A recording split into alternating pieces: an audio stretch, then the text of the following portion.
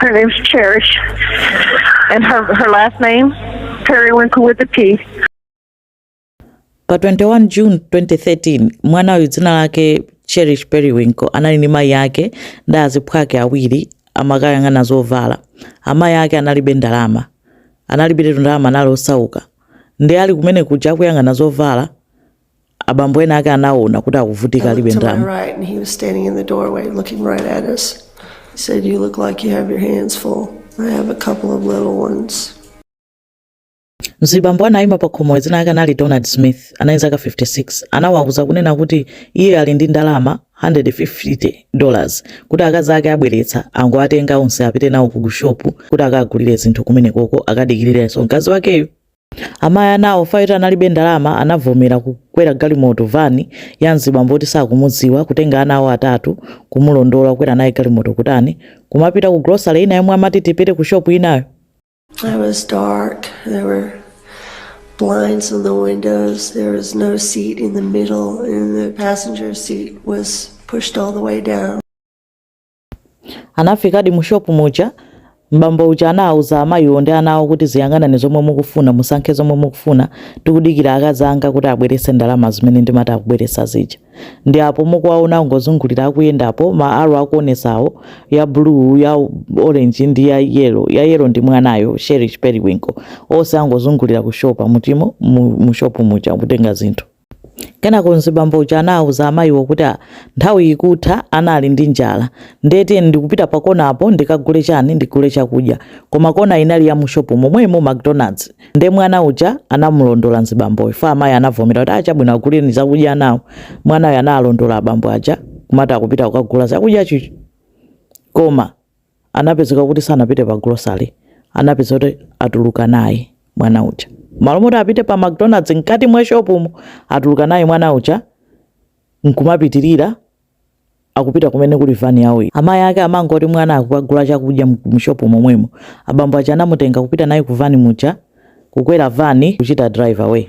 Taken by a stranger. I can't find her. Okay, and she was last seen with this man? Yes, he said he was going to McDonald's and he hasn't been there because the store is closed right now.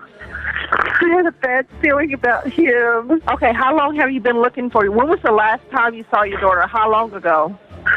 About half an hour ago. Panatenga 30 minutes kuti amayi aja azindikire kuti mwana wawo wasowa. Nthawi yonse samazindikirayi. Ataona anayamba kuthamanga kuyang'ana mu shopu muja. Komanso anali ndi ana awiri aja. Pamene amayimba foni ku polisi. Onani vanija iyo ikupita usiku, ma CCTV amayijambula ikupita. Koma polisi zinatengera 6 hours kuti ayambe kumusakasaka mwana uja. 6 hours. Amayi aja akadathamanga abe pa foni ndi polisi uku akusakasaka mu shopu muja kunena kuti mwana ali kuti. Komanso amayi ananenetsa kuti munthu uyo nditakumana naye amandipatsa nthumazi sinimamukhulupirira. I should have told him no. Patatha 6 hours apolisi anafalitsa uthenga nkuuza media pa mawayilesi ma TV nkuyamba nokumusakasaka nayika nkhope ya mwana uja pa TV kuti amuone amene atamuone anauza apolisi. Apolisi anampeza mzibambo uja Smith mama wake mu vani mwake komanso analandira foni tsiku lomwelo mama omwe. Hi, we're calling about a suspicious van over here, a white van. It was parked behind some bushes. It's not there anymore, but we don't know if he dumped anything because we heard a girl just got abducted from Walmart. Atapita pamene anthu amanenapo, apolisi anapeza thupi la mwana uja litatayidwa pa dambo. Atampeza apolisi anazindikira kuti Smith anali atangotuluka kumene kundende. When I first met him, he took her to the dressing room twice, and I was hoping that she would be okay. Cherish Perrywinkle anali ndi zaka 80, anabedwa ali mu shopu ndi mayi yake. Anagwidwa ndi mzibambo amene uja Smith, anamumangirira mgalimoto mwake, anamugwiririra kenako anamupha. Donald Smith anali chigawenga moyo wake onse. Amakhalira mu ndende.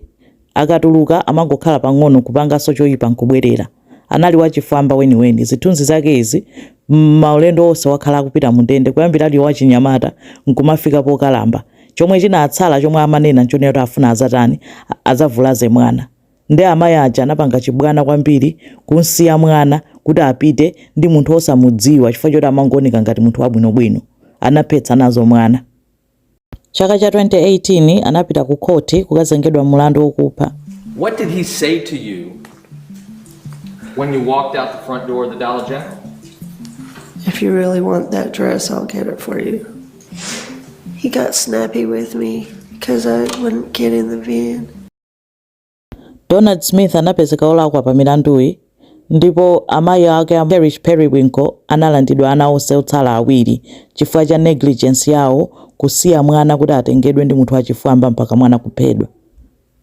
Ndenkhani idayika mbadala mchichewa chifukwa kwatchuka kwambiri nkhani zoti mwana wasowa mwana kaya wapita kuti zungochulukirabe ndiye ndikukhulupirira unena kuti pokamba mchichewa tsiku lina lake wina wake chikhozo zakhala china chake chatsapa kunochitika koma akhoza uzakumbukira nkhani kuzachita nthuma zinkubwerera mbuyo ndipo zikhozo zapulumusa moyo wa munthu.